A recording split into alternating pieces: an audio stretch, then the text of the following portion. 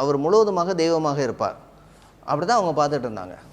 ஆனால் அவங்களோட பெரிய பெரிய அதிர்ச்சி என்ன, அதிர்ச்சின்னு சொல்ல முடியலை, வேத வசனத்தை ஒழுங்காக வாசிக்காதது அல்லது வியாக்கியானம் பண்ணாதது என்ன, அவர் மனுஷகுமாரனாக வருவார், அவர் பாடுபடுவார், அவர் மனுஷர்களுடைய இருதயங்களை திருப்புவார்.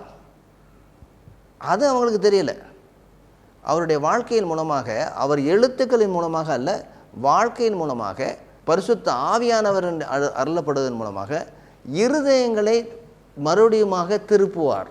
மோசே சொல்லும் பொழுது என்னை போல ஒரு தீர்க்கதரிசி வருவார் அப்படின்னு சொல்லும்போது அவர் சொல்லிடுறாருங்க. என்ன சொல்கிறாரு, நான் உங்களுக்கு இந்த கற்பனைகளையும் கட்டளைகளையும் கற்பனைகளை கொடுத்தேன், ஆனால் இன்னொருத்தர் வருவார், அவர் சொல்வதை நீங்கள் கேளுங்க, ஏன்னா நீங்கள் வழி விலகி போவீங்க. நம்ம இதை பார்க்கலாம், இது இன்னும் பார்க்க வேண்டிய. நீங்கள் சொல்கிற இன்னொரு ஒரு பகுதியும் எடுக்கிறோம். அவங்களுக்கு ஒரு பகுதிக்கு, அதாவது இந்த முந்தைய ஏற்பாடு படித்து அவர்கள் வியாக்கியானம் கேட்டவர்கள் அல்லது அதனுடைய சொற்பொழிவு கேட்டவர்கள் அல்லது அந்த கதைகளை கேட்டவர்களுக்கு இதெல்லாம் சொல்லும் பொழுது அவர்களுக்காக இணைக்க கொஞ்சம் முடியுது. உடனே இந்த இயேசுவை கிறிஸ்து என்று அறிந்து கொள்ள முடியுது.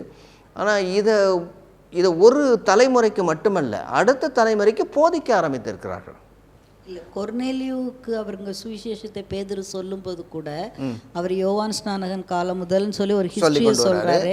பின்பு தீர்க்கதரிசியில் எழுதப்பட்டது நிறைவேறுகிறதையும் அவர் அதை அங்கே மென்ஷன் பண்றாரு. அப்போ கட்டாயம் பின்னால் அவர் உட்கார்ந்து தீர்க்கதரிசியில் என்னெல்லாம் எழுதப்பட்டிருக்கு, இப்போ முந்தைய ஏற்பாடு பழைய ஏற்பாட்டில் என்ன எழுதப்பட்டிருக்குன்னு அதை அவங்களுக்கு சொல்லி படித்து கொடுத்துருப்பாங்க.